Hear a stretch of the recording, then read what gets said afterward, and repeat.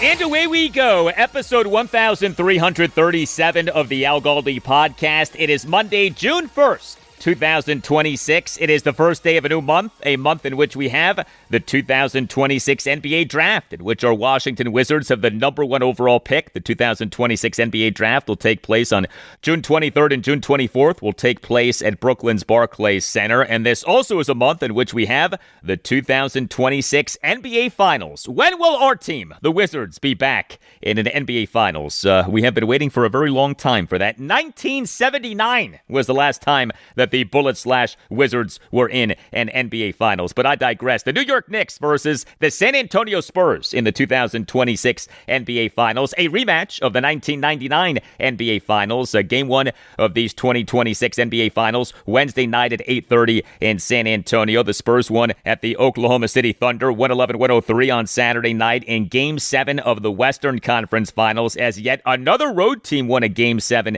in the 2026 NBA playoffs. So road teams now are 3-2 in Game 7s in this NBA postseason. The all-time record for road teams in Game 7s in NBA postseasons is just 43, and 117 home teams historically have dominated Game 7s in the NBA playoffs, but not this postseason. Hello and welcome to this Monday installment of the Al Galdi podcast, on which we talk Washington Commanders on every episode, no matter the time of year. And next segment, a terrific guest with whom we'll discuss Washington's new offensive coordinator QB1 tandem in David Blough and Jayden Daniels, as we'll speak with NFL analyst Ted Nguyen of The Athletic. I've enjoyed Ted's content for a while, so I'm excited to have him on the podcast.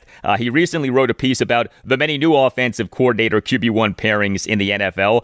He is high on the David Blough, Jayden Daniels pairing. Ted will explain why, and also we'll go in depth on what Daniels can take from the evolution of Baltimore Ravens quarterback Lamar Jackson, the thought process behind Washington going with more under center snaps for Daniels, where Kliff Kingsbury went wrong as Washington offensive coordinator, which of the NFC East three new offensive coordinator QB1 pairings will have the most success in the 2026 season, why center now is especially important for Washington, whether Washington should most want San Francisco 49ers receiver Brandon Aiyuk or unrestricted free agent receiver Stefon Diggs, and more. NFL analyst Ted Nguyen of The Athletic, last name spelled Nguyen, pronounced Win.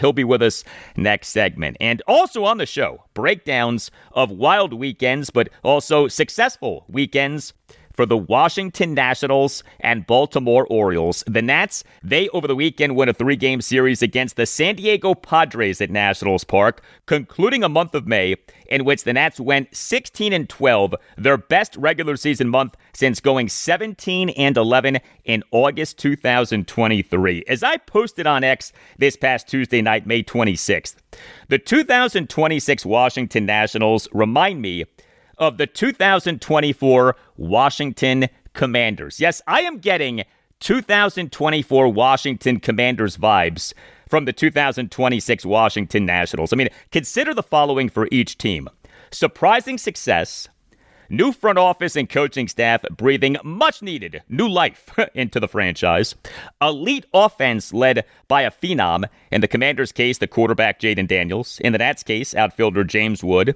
great on the road, good injury luck.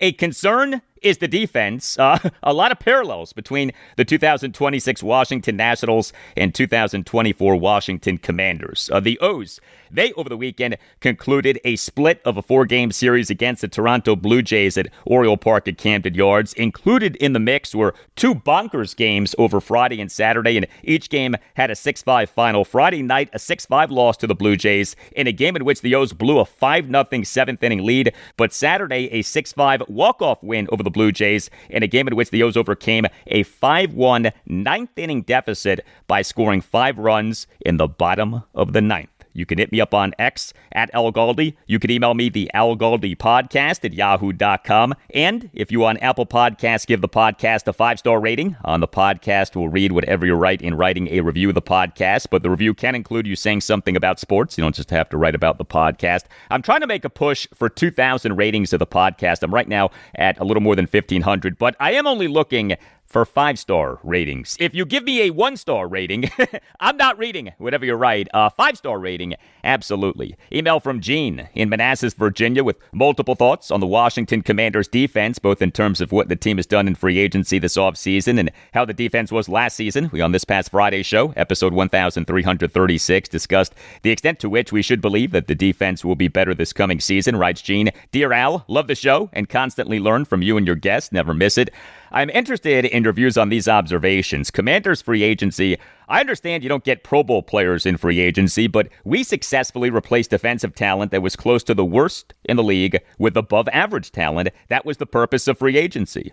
Commanders defense. I attended the Lions game last year, and the one word that captured what I saw on defense was confusion. The players did not seem to know what they were doing. Witt may have been smart, but he could not convey his smarts to his players. I am optimistic that Jones can.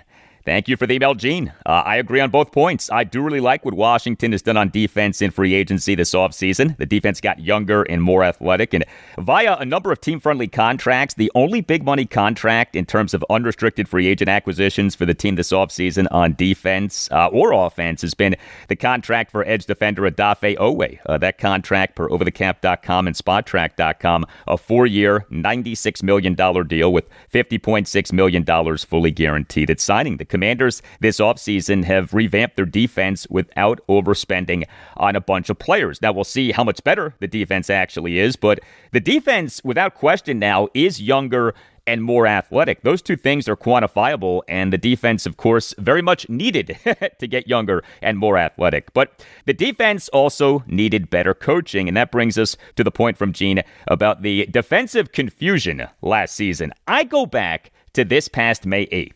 Head coach Dan Quinn's press conference at rookie minicamp. We, during the presser, had this exchange between Barry's Verluga of The Athletic and Dan Quinn. You had Durante in the building for a couple months. What are you learning about him stylistically, leadership? I think from a leadership standpoint, I'll start there first. Man, is he organized, like impeccably organized. He's got a very detailed thought and approach to how things go, from the way he meets with the defensive staff to the way he meets, with the players. So I like that approach. Like there's just, he hits every single step along the way. As a player, you like that because he's thorough. He goes through all the steps. It's not gray. There's a lot of clarity. Even though at times it can seem, complex to what we're doing, there's actually a lot of clarity that goes with it. So that's the part from a leadership standpoint that I've seen so far, like the extreme organization and clarity of the teaching. So Dan Quinn emphasizing that the team's new defensive coordinator, Durante Jones, is, quote, impeccably organized, end quote. He has, quote, a very detailed, thorough approach, end quote. Quote, he's thorough. He goes through all the steps. It's not gray.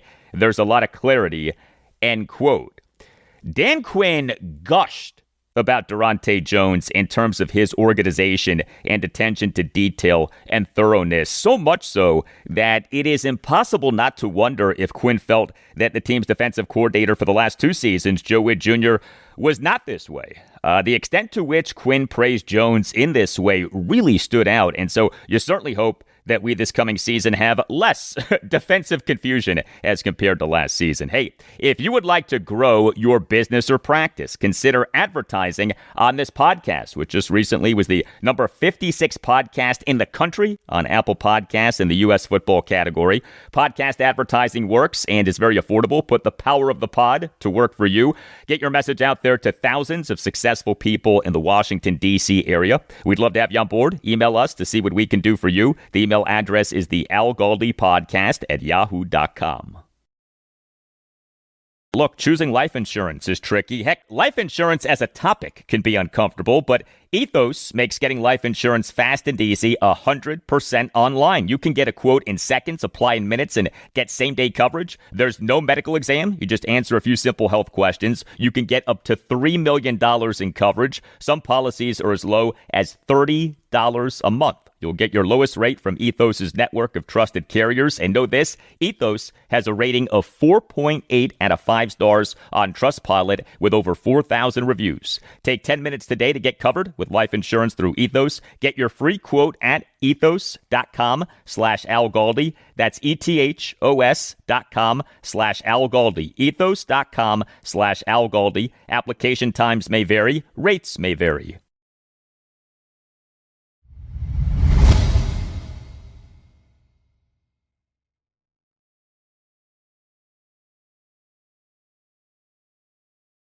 We have arrived at week 2 of 2026 Washington Commanders OTAs. The team this week is conducting the second of three-day sessions of OTAs this offseason, May 27th through the 29th. June 2nd through the 4th, and June 9th through the 11th. And the team is conducting a 3-day mandatory minicamp from June 16th through the 18th. Last Wednesday, May 27th, was day 1 of 2026 Washington Commanders OTAs. It was open to the media, and a popular topic was the new offensive coordinator QB1 tandem for Washington in David Blough and Jayden Daniels. Every indication is that Daniels is taking to the offense well. Receiver Treylon Burks did a post-practice session with reporters last Wednesday afternoon. We, during that session, had this exchange between Commanders insider J.P. Finley of NBC4 Washington and Burks.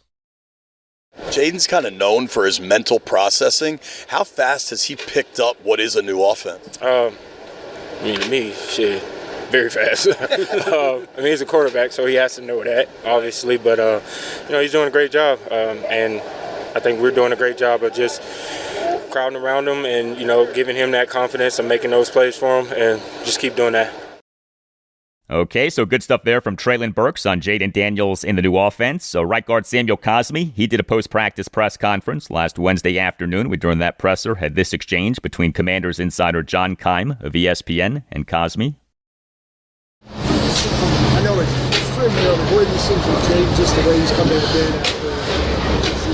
in? Yeah, I think his approach, especially to this new system and how he's adopted it and how he's been studying it the whole offseason, you could tell, and so they've done a really good job of being able to, build his confidence to help our confidence learning this offense. So he has full range of everything. So they're getting a little bit more on his play when it comes to the mental aspect of things, and he's doing a phenomenal job. All right, good to hear that, and good to have on a very good guest with whom to discuss Washington's new offensive coordinator QB1 tandem in David Blough and Jayden Daniels. I'm pleased to welcome to the Al Galdi podcast NFL analyst Ted Nguyen of The Athletic. Ted is tremendous at writing and talking about the NFL from an X's and O's perspective and an analytics perspective. He wrote a piece that came out on May 20th. Headline, quote, how will Jalen Hurts, Baker Mayfield, and 11 other QBs fit with new coordinators, offenses, end quote. And among the new offensive coordinator quarterback tandems that Ted wrote about was what Washington has with David Blough and Jayden Daniels. You can follow Ted on X at FB_film analysis. Hey, Ted, how are you? Doing well. I'm just enjoying the off season, and before you know it, it's going to be training camp. So, but I'm excited. I love football, so just excited to talk some ball with you. The basis for this piece that you wrote is there being so many new offensive coordinators in the NFL. 21 of the 32 teams have new offensive coordinators for the 2026 season. That is remarkable. Why has there been so much change at offensive coordinator? There's so many different reasons why. You just look at, the Broncos situation going from Sean Payton to Davis Webb. They did that because they wanted to keep young talent in-house, and that's kind of the same reason the Commanders went to Blough. They didn't want another team poaching him, so they promoted him to offensive coordinator. But I think this is a copycat league, and I think there's so many teams that want to capture that magic of what Ben Johnson, Kyle Shanahan, and those guys are doing. And I think that's part of the inspiration for why the Commanders wanted to make that switch. They want a more Ben Johnson type of approach to their offense.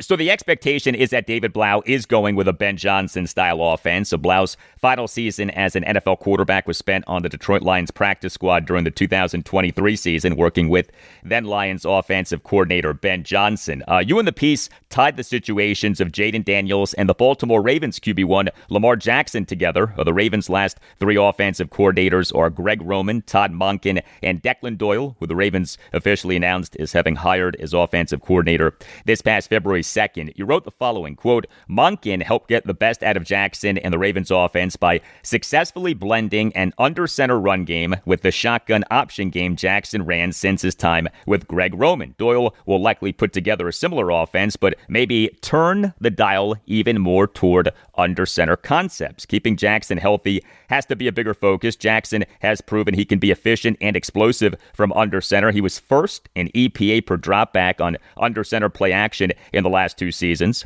The Commanders hope Daniels can follow in Jackson's footsteps. Daniels hasn't shown that he can protect himself as a runner going back to his time at LSU. Commanders coach Dan Quinn promoted David Blough, who played for Johnson, to offensive coordinator, believing he can put together a Johnson-influenced under-center package. Daniels doesn't have much experience playing under center, so it'll be an adjustment, but a necessary one to prolong his career, end quote. It does sound like you are a fan of the offensive direction for Washington. Yeah, I like the idea of what they're doing. I mean, but we don't know enough about David Blough besides the fact that there are coaches that liked him. There were other teams interested in him. So, he has some credit at that standpoint, but we won't know what kind of offensive coordinator he will be until the season actually starts. But I do like the idea. I think the Ravens did a really good job with Todd Monken of blending that spread offense with that under center package that they had. It was one of the most prolific offenses in the league when they were healthy. So they were one of the first teams that really were able to live in both worlds. And I think the Commanders want to achieve that. They're not going to be a straight up Ben Johnson type of offense because Ben Johnson's never had a quarterback quite well. Caleb, you could compare Caleb Williams a little bit to Jayden Daniels because they both are mobile, but Caleb's not going to be a design runner the way that Jayden Daniels is. So I think there will be a Ben Johnson package as far as we're going to get under center. We're going to have our tight ends. We're going to run outside zone, and then we're going to play action off of it. But we also have this spread world where, we're going to take advantage of Jayden Daniels' legs. We're going to have that spread option world, and you have to defend both of these, and that makes it really tough. But that's very tough to achieve as well. And the offensive line has to be a lot better than it was last year to make his under center package an actual weapon. The reasons that under center snaps for quarterbacks are back in vogue in the NFL are what exactly? Well, defense, they're playing a lot lighter. They're playing lighter boxes. They're daring you to run. And basically they're saying, we think that, you might get a 5-10 yard run on us, but I think in the long run, you're going to get an inefficient run or two, and that's when we're going to get our stops. So unless you can run the ball consistently on these light boxes, then you're just playing their hands, because if you're just trying to pass aggressively on these two high defenses, it's just so tough to do when they have a lid on top of you and they have all these light bodies like the athletic nickel. They're playing dime defenses, and if you're trying to pass against that, it's just playing to the strengths of these modern defenses. And it's one of the reasons why you saw all these tight ends went in the second and third round, and these are blocking tight ends. These aren't tight ends that are mismatches. These are blocking tight ends that they want to use to combat these two high defenses. An advantage of the shotgun and pistol formations over the under center formation is that the shotgun and pistol formations present the quarterback as a run threat more than the under center formation does, because it is out of the shotgun and pistol formations that you run the read option. Never mind whether you actually run the read option. Just having an ultra mobile quarterback like Jayden Daniels in the shotgun or pistol makes the defense think that you might be running the read option. Will more under center snaps for Daniels lessen him as a run threat? Yes, it definitely, and that's partly by design. Like I mentioned, they want to prolong his career. They want to take the ball out of his hands a little bit more, and the spread will still be a part of their offense, but I don't think they want it to be a part of their offense on every down. So, and you could create more explosive plays off of play action from under center. And again, they want to be able to take advantage of these light boxes and run more downhill against them. Because if you're running and you're trying to get to the edge all the time against these defenses, they still have a bit of advantage because you're giving those safeties time to come down from their alignment and be part of the run fit. But if you're running downhill against them, it's much tougher to stop. And something that has been shown to be the case in the NFL is that under center play action is more effective than non-under center play action, right? Yeah, I mean, because when that quarterback turns his back to the defense and that running back has that 2 or 3 extra steps, that's 2 or 3 extra steps of uncertainty for that defense. Whereas shotgun, you catch the ball and the running back's right next to you, that play fake's going to last, 1 second, and it doesn't really suck the defense in, and it doesn't really threaten them. 3 basic types of quarterback runs in football: scrambles, option runs, and design runs. If you're Washington, which types of runs are you especially trying to lessen for Jayden Daniels? Yeah, I think early down scrambles will probably be something that they try to lessen. I mean, that was such a big sticking point with Caleb Williams trying to assimilate to Ben Johnson's offense, where they're trying to get him to play on time and get rid of the ball, get the ball to his check down on early downs. And then on third downs, when we need you to make magic, that's when you could scramble. And he did a really exceptional job of doing that and balancing both worlds. So I think that's going to be a focal point for Jayden too, is just to rely less on the scrambling and play quarterback a little bit more traditionally, which will keep him safe and just keep the offense on schedule. Jayden Daniels, over his 2 NFL seasons, has had really high scramble percentages. We'll go by the data on sumersports.com. Daniels, for the 2024 regular season, was number 1 among all NFL quarterbacks, each with at least 100 plays in highest scramble percentage, 12.46. Daniels, for the 2025 regular season, was number 1 among all NFL quarterbacks, each with at least 100 plays in highest scramble percentage, 15.57. Lamar Jackson's recent scramble percentages per sumersports.com: 2024 regular season 8.64, 2025 regular season 8.15. What do you make of Jackson's recent scramble percentages being so much lower than Daniels' recent scramble percentages? Yeah, I mean, I think last year his health affected him too, as far as that lessening the scramble rate. But also, I think he relied a lot less on scrambling when Todd Monken got there, because again, you have that under center offense, where you're going play action and you have these targets that are open because of play action early on, where you don't have to scramble around for 4 or 5 seconds and take off. So I think it's all part of design, and I think it's not easy to get there. I think Lamar Jackson early in his career depended on scrambling a lot more than Lamar Jackson, with his veteran experience and just being such a good pocket passer now. He doesn't have to scramble as much to make an impact on the offense. And I think that the dream or hope is to get Jayden Daniels there, but it's not going to be overnight. It's going to take some time. Much more with Ted Nguyen in moments, but if you're a Washington Commanders fan, check out bgobsession.com, an outstanding site for discussion about the team, especially as OTAs are happening. BG Obsession, or BGO, has been going strong since 2009. BG Obsession offers great contests, game day chats, and camaraderie. No politics, just football. Both old school and new school fans are welcome. Visit and join BGO at bgobsession.com. bgobsession.com, home to your burgundy and gold obsession. We're talking about Washington's new offensive coordinator QB1 tandem and David Blough and Jayden Daniels as we speak with NFL analyst Ted Nguyen of The Athletic. Daniels, as an NFL quarterback, has had the all-time great 2024 rookie season and then the injury-plagued 2025 season. Are you bullish on Daniels moving forward? Yeah, I mean, I think, he still has... We saw how much he improved going from his last year at LSU into his rookie year, how much he improved that year. And unfortunately, this year, he kind of hit a ceiling, and then you had the injuries. But I think, being in a better system where you're challenging him to play a different style. I think he'll step up to it. We all know how hard he works. We all know he takes a unique approach to learning. And I think that's gonna I think that's gonna be the reason why, I believe in him. I think his work ethic is there. The change for Washington at offensive coordinator this offseason. The team on January 6th parted with offensive coordinator Kliff Kingsbury. The team on January 10th announced having promoted assistant quarterbacks coach David Blough to offensive coordinator. You, over the years, have written a good bit and talked a good bit about Kingsbury. What is the Ted Nguyen take on Kliff Kingsbury? I just think there's a ceiling that eventually Kliff hits because his offense is so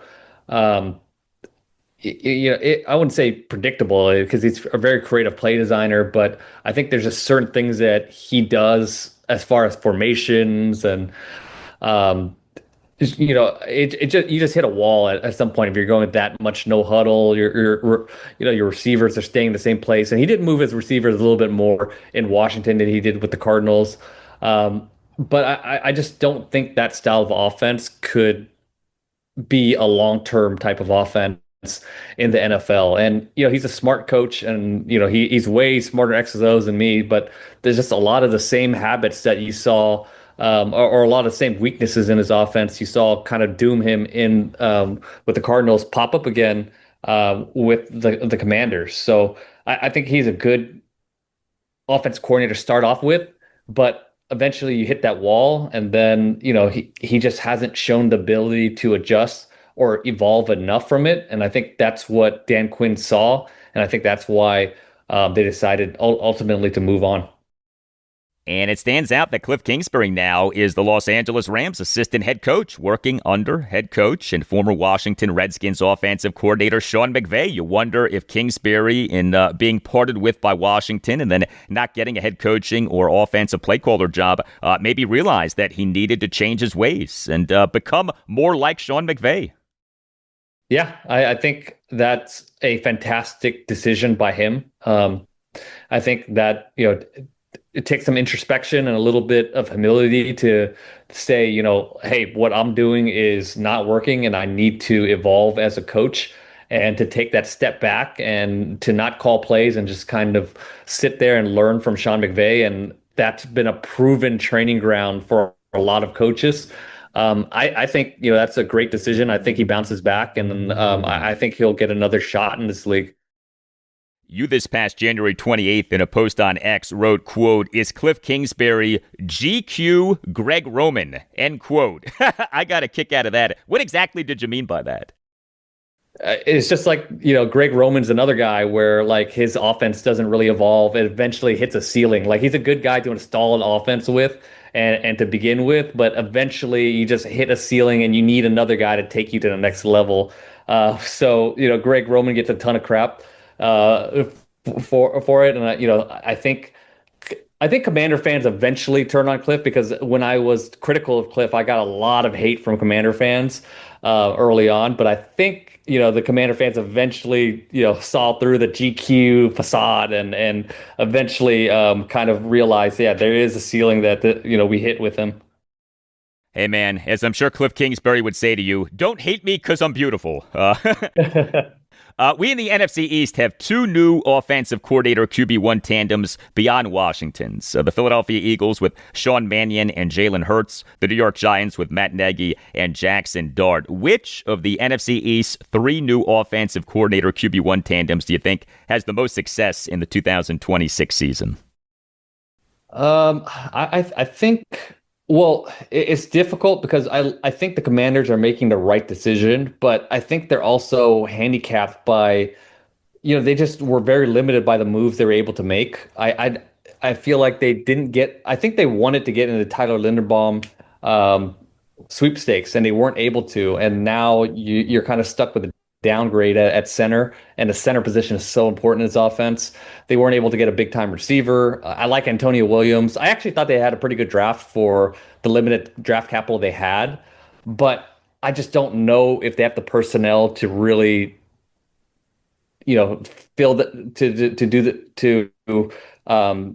for Baugh's offense. I think Jayden Daniels has to really take off running and really elevate this offense, which is possible, but it's okay to realize like it's going to be a big ask for him, and it could be possible, but we'll see what happens there. I think the Giants, they have a ton of talent to work with. I think their offensive line is a lot better than people realize.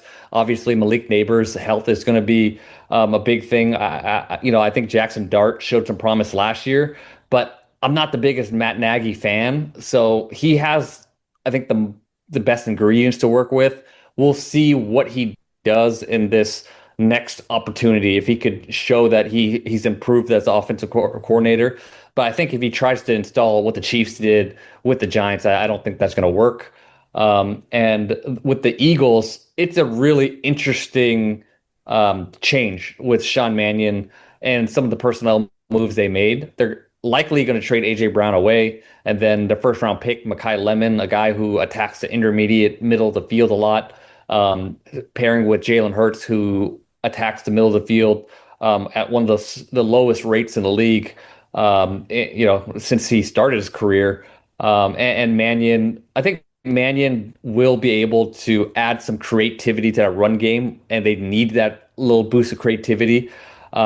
But it's going to be a brand new offense. It's going to be new terminology. I think some of the things that are said about Jalen Hurts, just being kind of stubborn and wanting things his way, is true. But maybe that's a wake-up call for him. And we'll see how he reacts to it and how he's able to adapt to this new offense, adapt to a new style, adapt to life without A.J. Brown. So there's some question marks. I think there's question marks for all of the NFC East teams. Interesting what you said about the importance of center in the David Blough offense. If it is a Ben Johnson style offense, why would center be especially important for Washington in that offense? In outside zone offense, that center is making your protection calls. He is making all the offensive line adjustments, and he's just the guy that you really need to solidify the middle of the offense. And you'll notice a lot of these outside zone offenses, they really want to get that center position handled. Clint Kubiak goes to the Raiders. They pay him, they reset the center market to get Linderbaum because they know how important that position is. And for the Bears, they had Dalman in that first year, and then he kind of has a surprise retirement, and right away they trade for Garrett Bradbury, which isn't a great replacement, but they know they need to get some experience there, and they draft the Iowa center pretty high too, so they have some options there. So it's an important position. They have to get that. They have to find a really good starter there because he has to make those calls. He has to make those adjustments. And it's hard to run outside zone and get that cutback lane if that center isn't, making sure that cutback lane is there. Final question. When it comes to Washington potentially doing more at receiver this offseason, which of the following receivers should Washington be more interested in? The San Francisco 49ers, Brandon Aiyuk, or unrestricted free agent Stefon Diggs? There's so little we know about where Brandon Aiyuk is from a physical and mental perspective right now. If Aiyuk is in shape and he's ready to play, I mean, the answer is so clearly Aiyuk, because this guy has shown that he could be an elite producer. He has familiarity with some of the front office guys, with the Commanders. But we just don't know where he's at. Does he even want to play? Or has he been working out? Is he in shape? We don't know that. I think Diggs does give you a level of production and a floor. But I think Aiyuk gives you that extremely high ceiling if he's in the right place mentally and physically. NFL analyst Ted Nguyen of The Athletic. Ted, thank you. All the best. Thanks for having me on. All right. Hey, if you have a case, contact Chris Nace, the lead attorney for the Nace Law Group, Accident and Injury Lawyers, which has been a Washington, D.C. institution for decades and has been a proud sponsor of this podcast since its first year, 2021. The Nace Law Group is one of the premier medical malpractice firms in Washington, D.C. The Nace Law Group routinely represents people who have been catastrophically injured as a result of anesthesia error, emergency room error, failure to diagnose / improper diagnosis, and inebriated medical professional, medication error, surgical error, wrongful amputation, treatment against a patient's wishes. Yes, All of these things do happen. And if one has happened to you or someone who you care about, know that the NACE Law Group is there for you. It is focused on getting justice for clients, many of whom have lives that have changed because of the negligence of others. The NACE Law Group treats its clients with dignity and compassion and aims to find resolutions that protect clients and their families as quickly as possible so that they can focus on healing. Call 202-902-7611 or visit Washington, D.C., injurylawyers.com and tell the NACE Law Group that Al Galdi sent you. That's 202-902-7611 or Washington, D.C., injurylawyers.com, and make sure that you mention that Al Galdi sent you. The NACE Law Group, Accident and Injury Lawyers.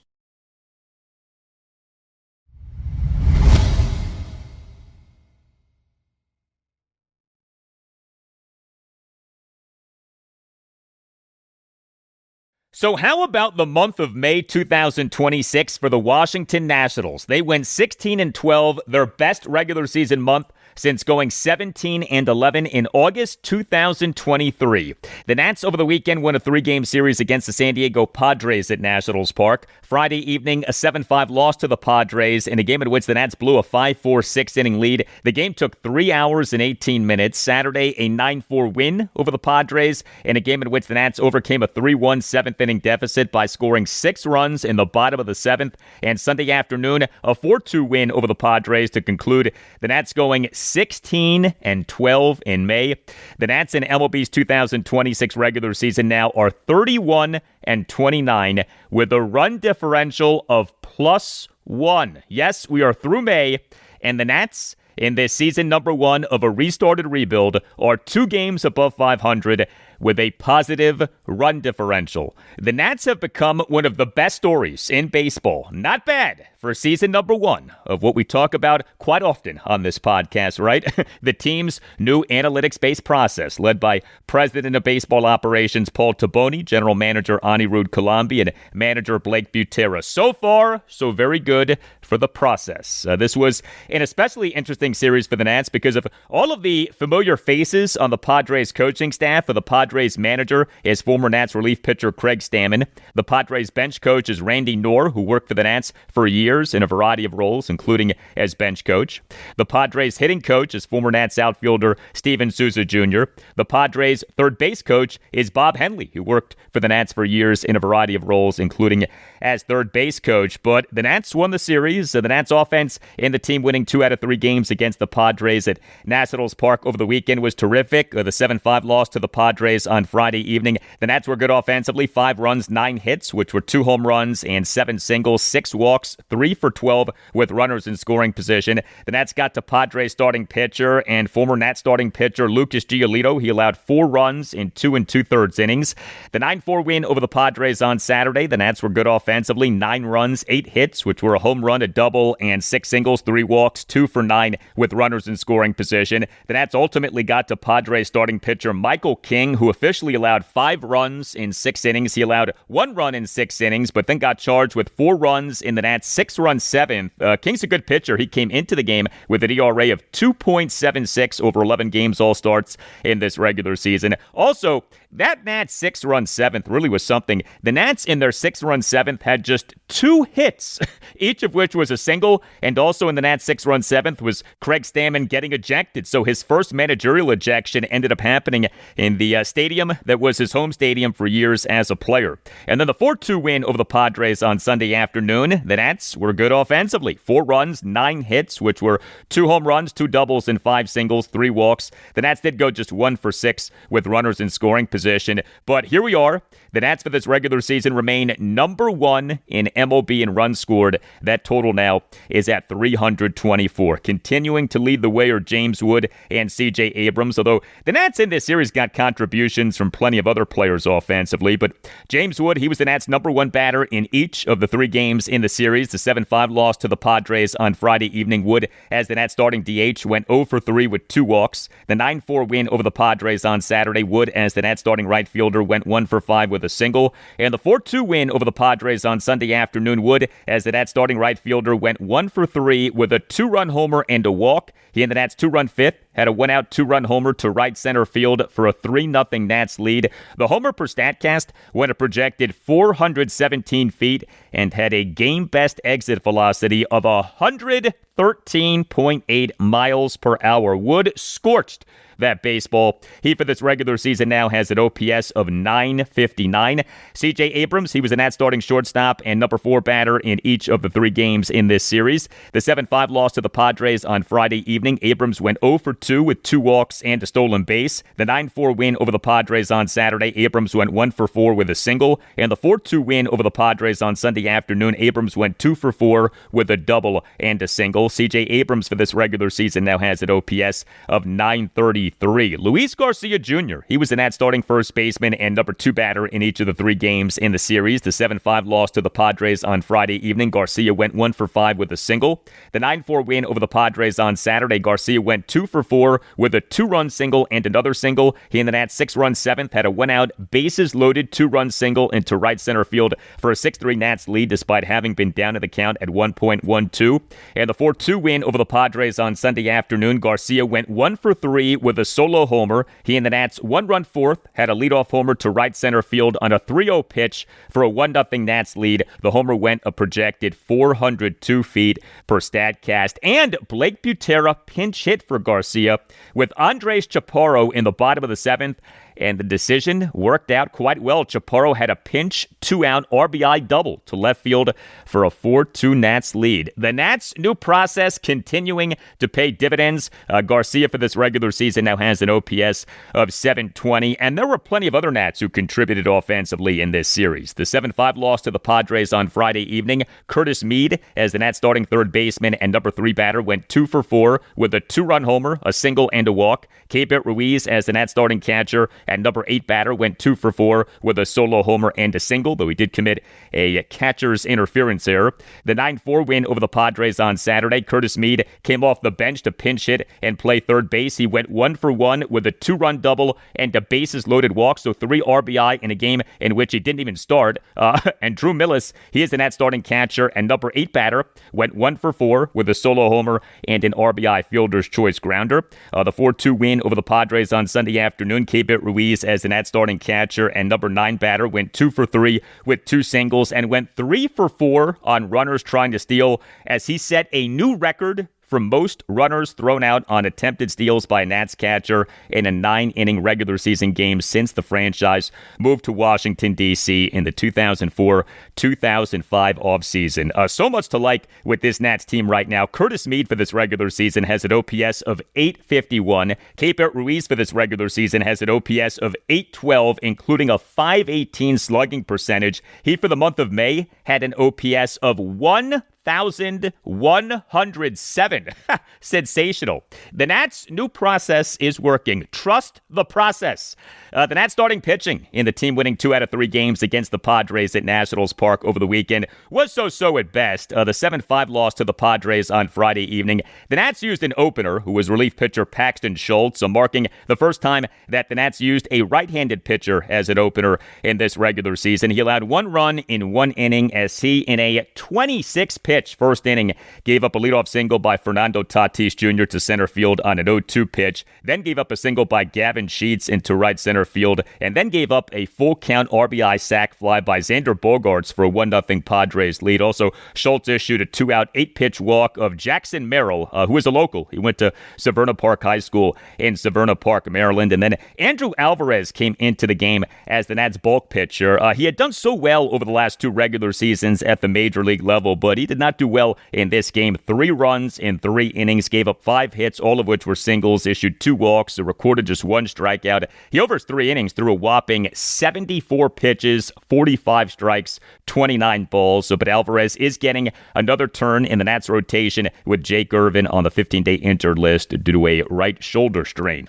The 9-4 win over the Padres on Saturday. Foster Griffin struggled for a 3rd time in 4 outings, although he did do some good things in this outing. He allowed 3 runs in 5 innings innings. He gave up 5 hits, which were 3 home runs and 2 singles. He issued 2 walks and a hit by pitch. Did record 5 strikeouts, so threw a lot of pitches as he over his 5 innings threw 90 pitches, though he did throw a good number of strikes, 58 strikes, 32 balls. So Griffin allowed 3 solo homers, which came in the 2nd, 4th, and 5th innings. So you would say that he scattered the 3 home runs. But the 4-2 win over the Padres on Sunday afternoon, Zach Littell again was good. He officially allowed 2 runs in 6 innings with 5 strikeouts versus 2 walks. He gave up 5 hits, which were a double and 4 singles. He threw a lot of strikes, 84 pitches, 55 strikes, 29 balls. So Littell tossed 6 scoreless innings, but he in the top of the 7th was charged with 2 runs in facing 3 batters and getting no outs, including giving up a first pitch RBI double by Ty France to left field to cut the Nats lead to 3-1. But consider the turnaround for Zach Littell. He got off to such a rough start in this regular season, 6 games, including 5 starts, ERA of 7.85, whip of 1.74. But Littell, for the month of May, 6 games, including 3 starts, ERA of 2.35, whip of 1.01. Great to see Zach Littell doing so well. Here was Blake Butera during his postgame press conference on Sunday afternoon on Zach Littell, and then you hear a follow-up exchange between Liam Griffin of the Washington Times and Butera. Overall, Zach threw the ball great. Super low pitch count too, right? That's why he went back out there for the 7th, not throwing many pitches, and really didn't have much trouble up until the 7th there. Just did a really good job of mixing speeds. The fastball velocity looked like it was up. There was some carry on his fastballs today. He was getting ground balls early too, which was good to see.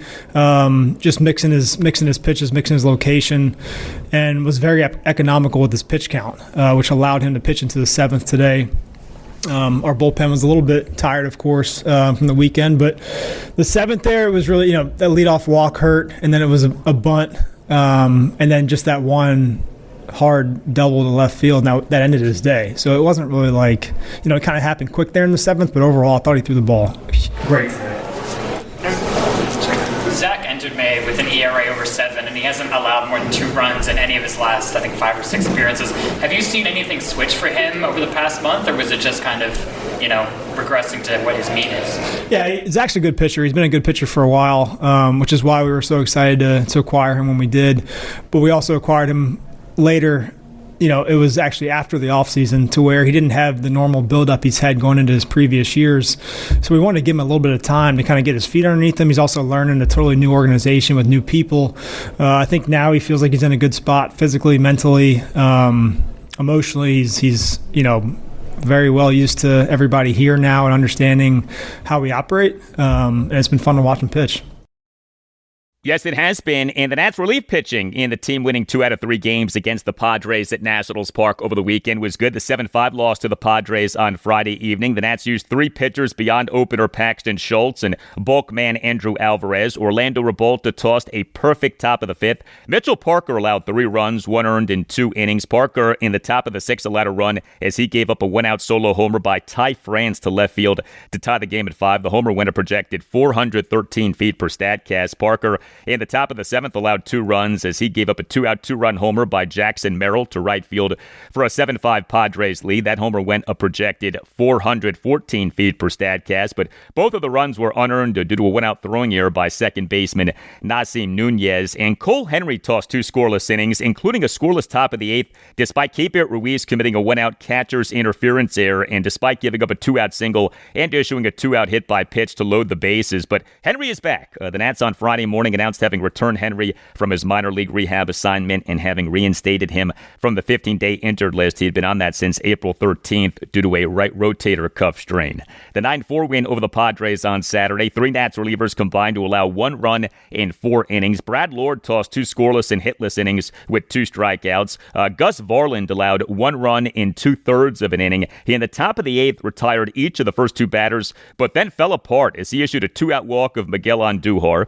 He issued a 2-out wild pitch, gave up a 2-out RBI double by Manny Machado to left field to cut the Nats lead to 7-4, despite having had Machado down in the count at 1.02.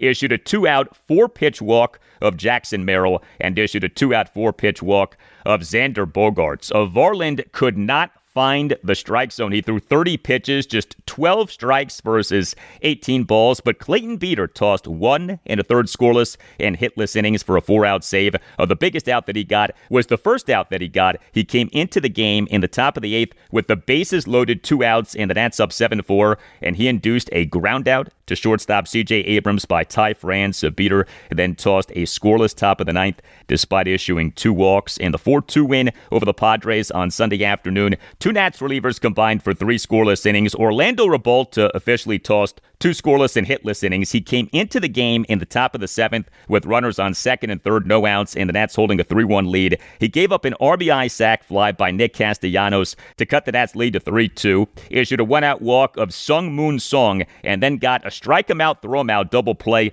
and generating a called strikeout of Miguel Andujar and catcher Keibert Ruiz, throwing out Song on an attempted steal of 2nd base. Ruiz made a perfect throw to second baseman Jorbit Bibas. Revolta then tossed a perfect top of the 8th, and Clayton Beeter tossed a scoreless top of the 9th for the save. The game ended via a strike him out, throw him out double play, in Beeter generating a called strikeout of Ty France and Keibert Ruiz throwing out Jackson Merrill in an attempted steal of second base, as second baseman Nasim Nunez tagged Merrill off him sliding off the base to end the game. Good stuff from Orlando Revolta in games 1 and 3 of the series. Good stuff from Clayton Beeter in games 2 and 3 of the series. Each guy has been really good for the Nats at the major league level in this regular season. Revolta, 15 games, 15 2/3 innings, ERA of 1.72, whip of 0.89. Beeter, 15 games, 15 2/3 innings, ERA of 2.30, whip of 1.21. And I mentioned Brad Lord.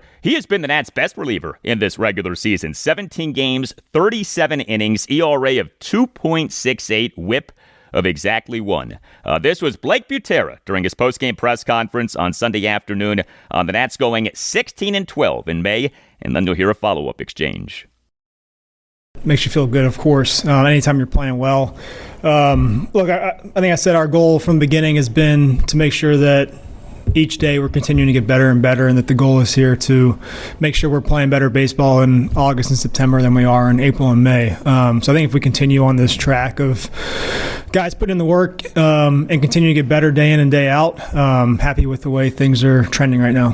What is there left to get better at? We can get better at a handful of things. I think we've still made a handful of mistakes, even in some games that we've won, that if we want to be a really good baseball team, we're going to have to do well, whether it's playing good defense. I know we've been playing better as of late, executing bunts in big situations, of course, something we'll continue to work on, but just cleaning up some small things here and there will take us from a good team to a great team, and that's the goal. Well, I said this in a post on X on May 24th and said this on last Monday's show, episode 1332, and I'll say this again right now. Blake Butera right now is a legitimate candidate for National League Manager of the Year. And that he's just 33 and is in his first season as an MLB manager, of having never played or coached above the single A level of professional baseball, makes what he's doing even more impressive. But make no mistake, what he's doing would be impressive even if he was, a 60-year-old veteran MLB manager. The Nats for this regular season had over-under win totals in the 60s. And this team now is 31-29. Next up for the Nats is a 3-game series against the Miami Marlins at Nationals Park. The Nats have listed the following starting pitchers as probables for the series. Game 1 Monday evening at 6:45, Cade Cavalli. Game 2 Tuesday evening at 6:45, Miles Michaelis. Game 3 Wednesday afternoon at 1:05, Andrew Alvarez. Look, choosing life insurance is tricky. Heck, life insurance as a topic can be uncomfortable, but Ethos makes getting life insurance fast and easy 100% online. You can get a quote in seconds, apply in minutes, and get same-day coverage. There's no medical exam. You just answer a few simple health questions. You can get up to $3 million in coverage. Some policies are as low as $30 a month. You'll get your lowest rate from Ethos' network of trusted carriers. And know this, Ethos has a rating of 4.8 out of 5 stars on Trustpilot with over 4,000 reviews. Take 10 minutes today to get covered with life insurance through Ethos. Get your free quote at ethos.com/Al Galdi. That's ethos.com/Al Galdi. Ethos.com/Al Galdi. Application times may vary. Rates may vary.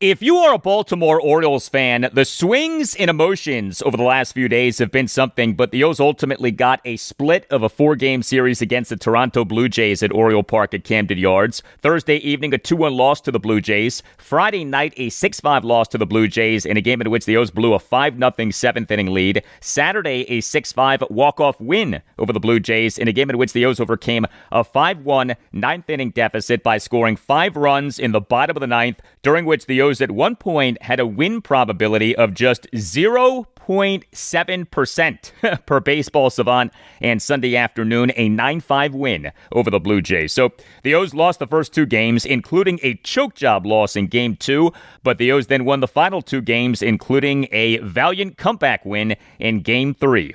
The O's in MLB's 2026 regular season now are 28-32, 19-15 at home versus 9-17 on the road.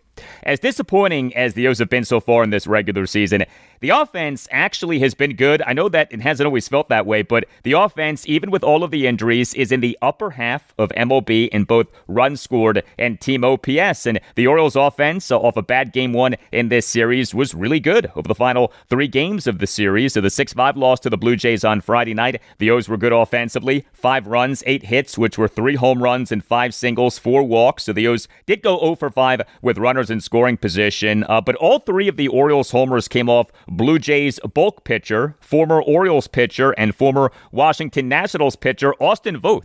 The 6-5 walk-off win over the Blue Jays on Saturday. The O's scored just 1 run over the first 8 innings and then scored 5 runs in the bottom of the 9th.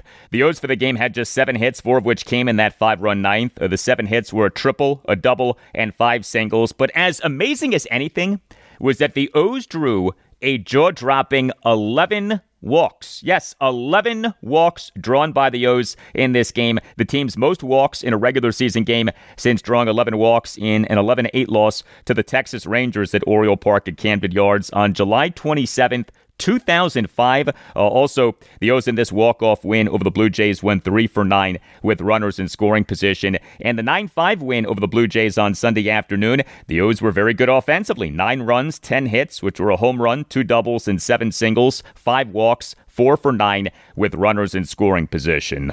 Good stuff from Pete Alonso over the final 3 games of the series. He was the Orioles starting first baseman and number 4 batter in each of the 4 games in the series. The 2-1 loss to the Blue Jays on Friday night, Alonso went 1 for 4 with a single, although he did get picked off at first base. The 6-5 loss to the Blue Jays on Friday night, Alonso went 1 for 4 with a solo homer. The 6-5 walk-off win over the Blue Jays on Saturday, Alonso went 1 for 4 with a walk-off RBI single, which was a one-out bases loaded opposite field RBI single through the right side of the infield in the bottom of the 9th for a 6-5 Orioles win, and Alonso drew a walk. And the 9-5 win over the Blue Jays on Sunday afternoon, Alonso went 2 for 4 with an RBI single and another single. Pete Alonso for this regular season now has an OPS of 752. He, for the month of May, had an OPS of 840. Also capping a good month of May over the weekend was Colton Cowser. The 6-5 walk-off win over the Blue Jays on Saturday. Cowser came off the bench to pinch hit and play right field. He went 1 for 2 with a double, though he did commit a run-scoring fielding error. But the 9-5 win over the Blue Jays on Sunday afternoon, Cowser, as the Orioles starting right fielder and number 7 batter, went 2 for 3 with a 3-run homer, a single, a walk, and an RBI groundout. He and the Orioles' 5-run third had a 2-out, 3-run homer to right center field for a 6-0 Orioles lead.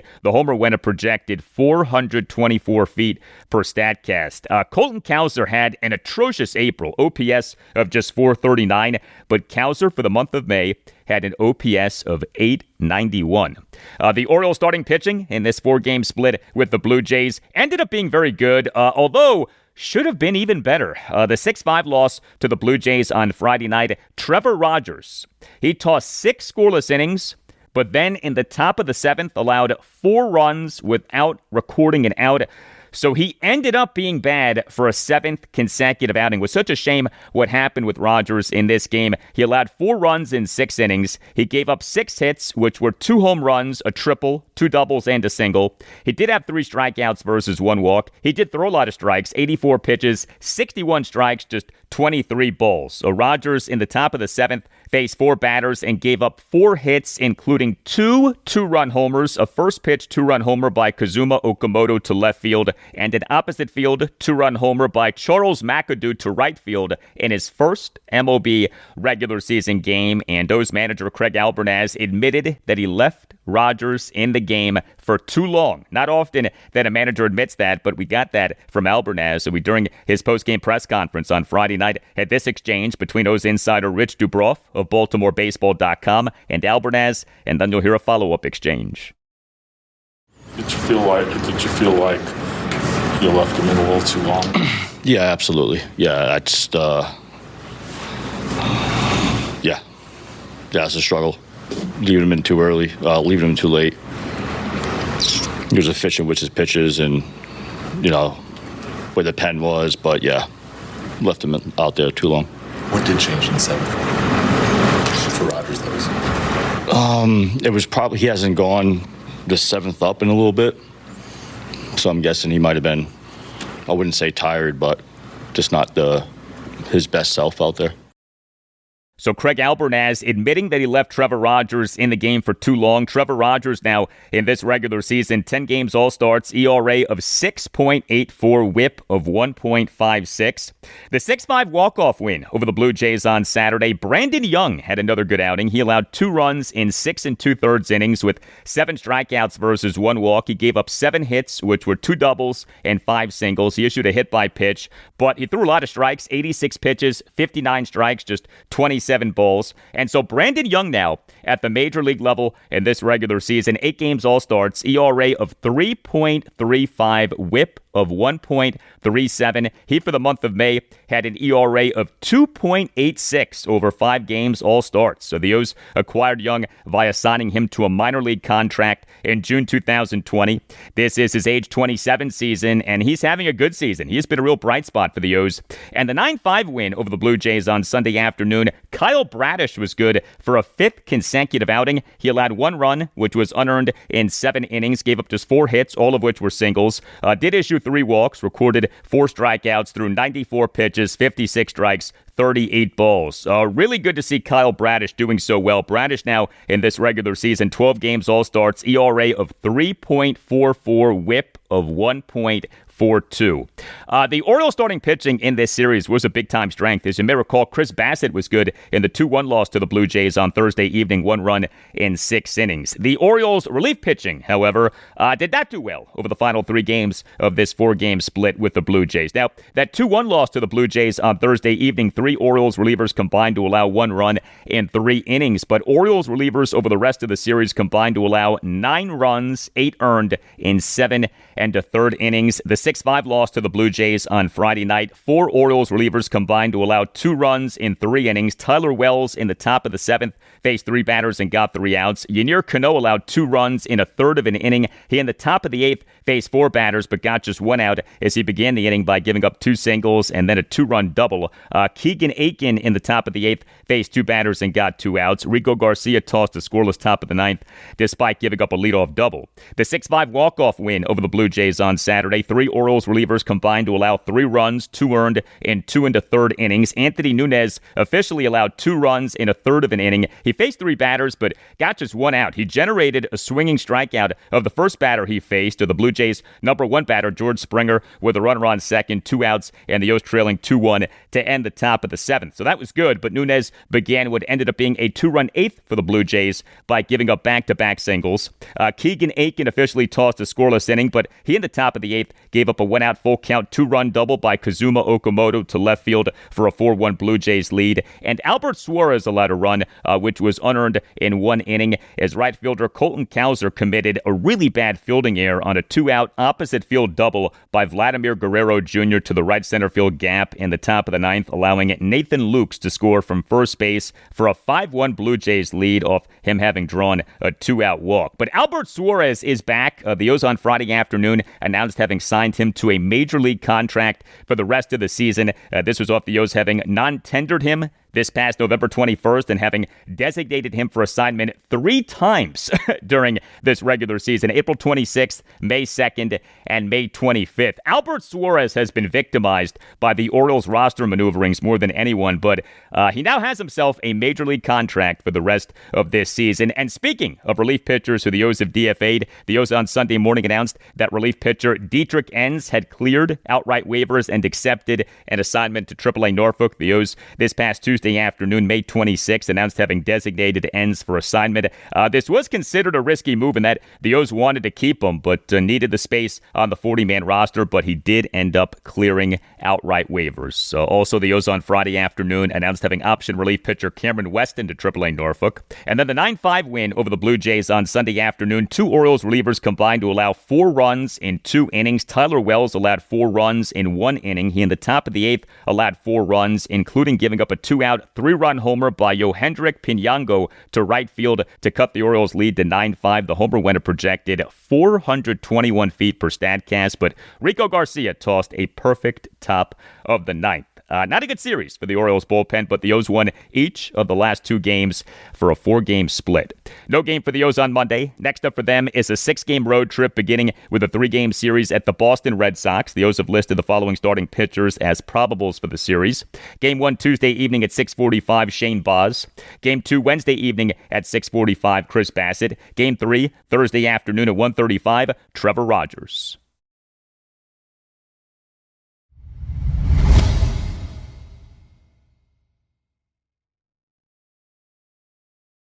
And that'll do it for you and me for now, but there's more to come. Tuesday's show, episode 1338. We'll have plenty for you on the Washington Commanders. Also on Tuesday's show, I'll talk Washington Nationals. The Nats are home to the Miami Marlins Monday evening at 6:45 for Game 1 of a 3-game series. Have a great rest of your Monday, and I'll talk to you on Tuesday.